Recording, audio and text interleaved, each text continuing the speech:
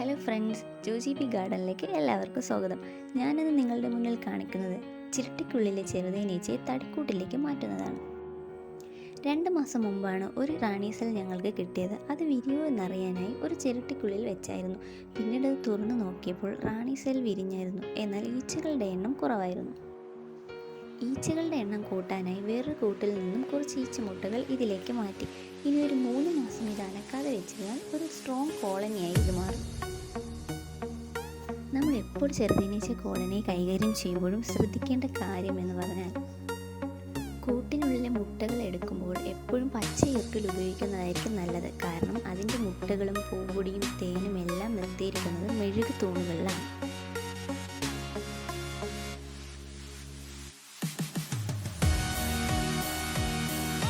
എല്ലാവരും സ്കിപ്പ് ചെയ്യാതെ വീഡിയോ മുഴുവനായി കാണുക. ഇതുവരെ ചാനൽ സബ്സ്ക്രൈബ് ചെയ്യാത്തവരുണ്ടെങ്കിൽ സബ്സ്ക്രൈബ് ചെയ്യുക. വീഡിയോ ഇഷ്ടപ്പെട്ടാൽ ലൈക്ക് ചെയ്യുക. പുതിയ വീഡിയോകൾക്ക് വെയിറ്റ് ചെയ്യുക. ബൈ.